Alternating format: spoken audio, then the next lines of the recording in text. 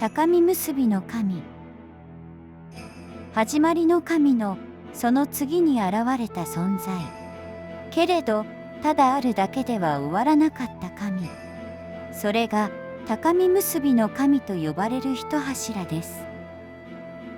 天地が明けたばかりの高間ヶ原に、この神もまた一人神として現れたと伝えられています。そして一度は静かに姿を隠したとされますが、その名はやがて神話の中で再び重要な役割を担っていきました。天照大神と並び、高間ヶ原の政を担い、神々に指し示し動かしていく司令の神。天の岩と芦原の中津国平定、天孫降臨。その多くの場面で静かに意志を通し、神々の行動を導いていきます。その名にある結びは、生まれ、結び、形となる力を意味するとされています。ただ命じるだけではなく、世界を成り立たせる根源的な働きそのものに深く関わる神格だと考えられています。始まりに現れ、やがて世界を動かす神へ。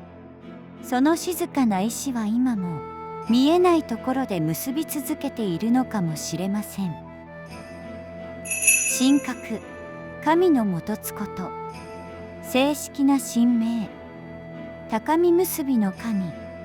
古事記における表記がこの形であり、造化三神の第二の柱として最も広く知られています。所属、天津神。造化三神、こと天津神。天津神に属し、こと天津神の第二の柱。雨のみなか主の神、神結びの神とともに造化三神を構成し、万物生成の始まりに関わる神とされています。性別、不明。古事記では一人神と記され、性別という区分を持たない生成以前の存在とされています。別名と表記揺れ一例。古事記、日本書紀での表記差や神話の中での役割の変化に伴い名称が使い分けられ、特に神話後半では高木の神として語られる場面が多くなります。同一視される存在一例、神結びの神。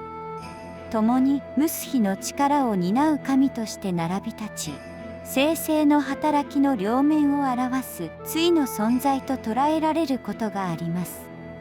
高祖神的存在、歴史的解釈。天孫降臨や神武統制に深く関わることから、古くは王権の中心神であったとする見方も示されています。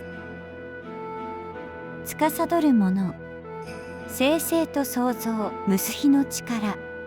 神々の統率、天孫降臨の主催。結びという語が示す通り、物事を生み出し、結び、形にしていく働きが、神格そのものとして表されていると考えられています。主なご利益、開運、縁結び、子孫繁栄、国家守護。生成や結びの力に由来し、人の縁や命のつながり、さらには国家の安定までを支える神として信仰が広がっていったとされています。鎮座地、広く知られる社の中からいくつかを挙げています。恥ずかしにます高見結び神社。山城の国でも有数の古社とされる式内大社。高見結びの神と神結びの神を主催神として祀り、古くから国家祭祀とも関わりを持つ神社です。船谷にいます高見結び神社。平城京跡近くに鎮座する古社で、古来より高見結びの神を主催神として祀ります。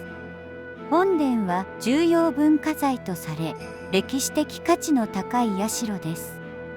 高木神社。高木の神としての名で祀られる神社。神話後半での神明と結びつき、地域の守護神として信仰が続いています。天居。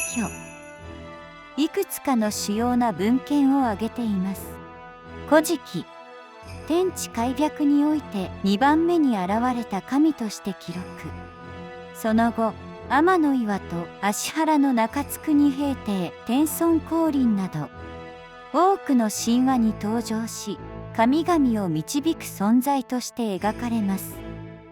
日本書紀。